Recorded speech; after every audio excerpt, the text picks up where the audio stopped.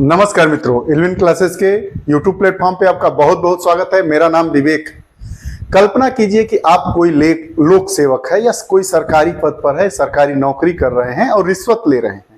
रिश्वत लेते हुए पकड़े जाने पर आपको क्या सजा होगी? आपको सजा का प्रावधान है, जेल भी हो सकता है, अर्थदंडात्मक कार्रवाई भी हो सकती है। उसके तहत जो जो चीजें होंगी हमारे कानून में, उसके तहत आपको सजा दिया जाएगा। लेकिन अगर हमारे सांसद हैं, विधायक हैं, वो लोग सदन की कार्रवाई में वोट के बदले नोट लेते हैं तो उन पे कार्रवाई नहीं होगी। ऐसा मैं नहीं कह रहा हूं। सुप्रीम कोर्ट ने 1998 के मामले में 3-2 से यह फैसला पारित किया था कि उन लोगों को रिश्वत लेने की छूट है। यह हालिया खबर चर्चा में इसलिए है कि उस सुप्रीम कोर्ट के अपने ही फैसले के पर पुनर्विचार के लिए फिर 5 नहीं 7 बेंचों वाली पीठ के पास इस निर्णय को भेजा गया है कि ताकि यह निर्णय सही है अथवा गलत है।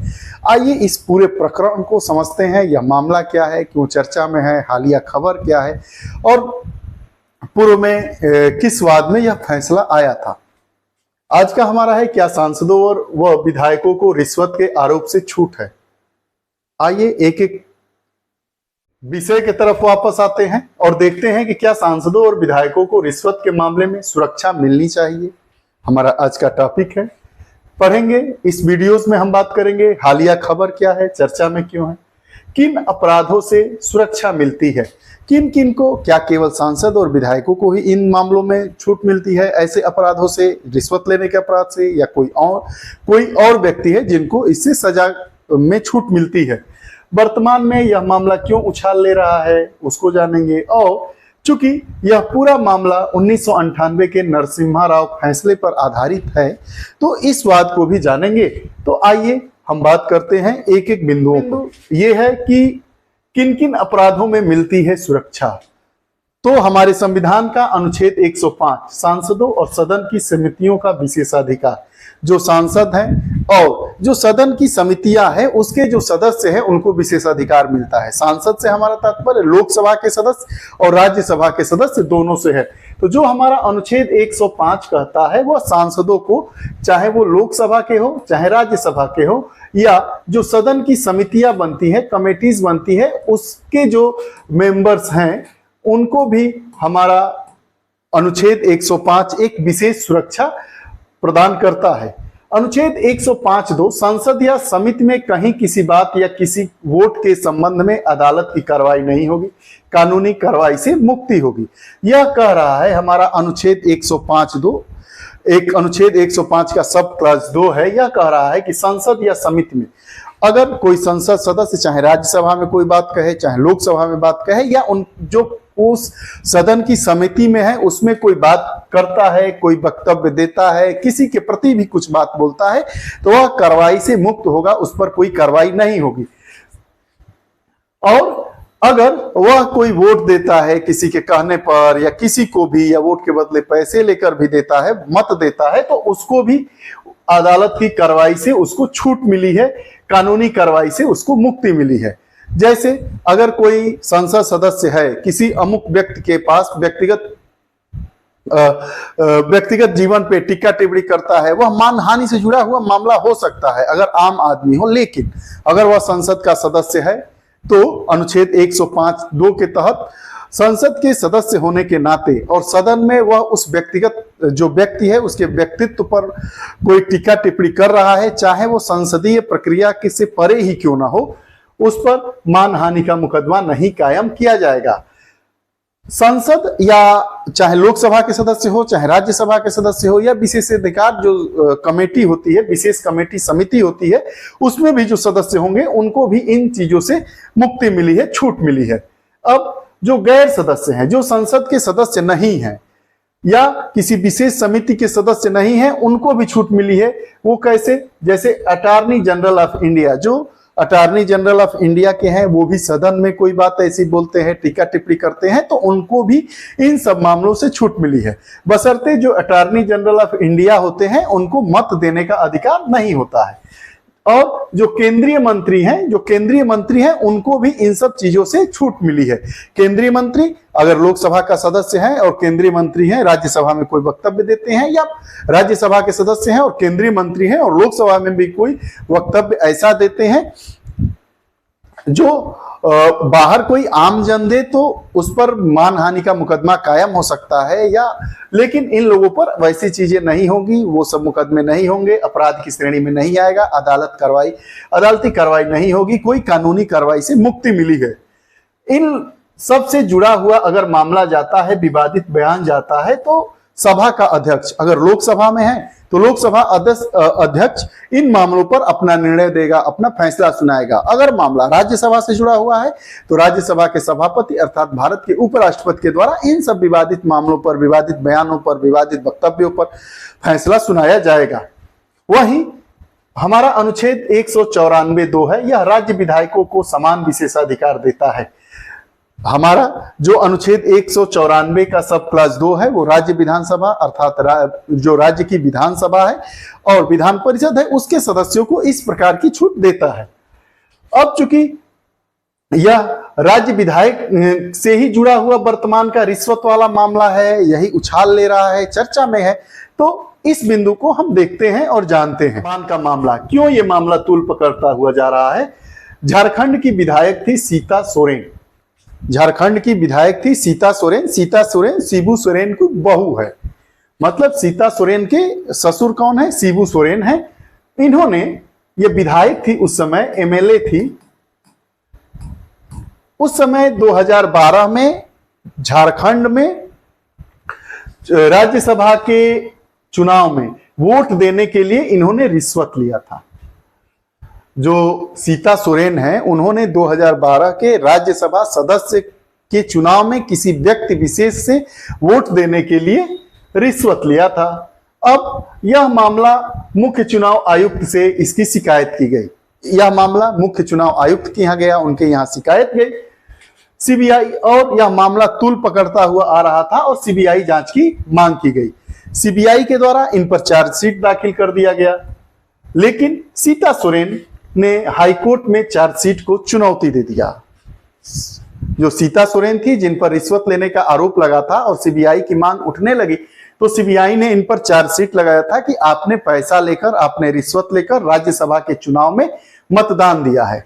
तो हाईकोर्ट में जो सीता सोरेन है उन्होंने अपने चार्जशीट के खिलाफ चुनौती दी और उन्होंने कहा कि जो हमारे संविधान का अनुच्छेद 194(2) है, मुझे सदन में की गई कोई भी क्रियाकलाप वोट देने के लिए या कोई वक्तव्य देने के लिए जो हमारा अधिकार है उसी के अंतर्गत हमने यह मामला लिया है, बशर्ते हाईकोर्ट के द्वारा इस याचिका को खारिज कर दिया गया। सीता सोरेन के द्वारा जो याचिका दायर की गई थी, सीबीआई ने चार्जशीट जो लगाया था कि आपने पैसा लेके, रिश्वत लेके, घूस लेके राज्यसभा सदस्य के चुनाव में जो 2012 में हुआ था मतदान किया है, हाई कोर्ट ने इसको खारिज कर दिया इनकी, लेकिन ये मानने वाली नहीं थी और सीता सोरेन ने अपने 194(2) अनुच्छेद 194(2) के तहत जो विधायकों को सुरक्षा दी गई है उसके अंतर्गत पुनः हाई कोर्ट के फैसले को सुप्रीम कोर्ट में उन्होंने चुनौती दी। सुप्रीम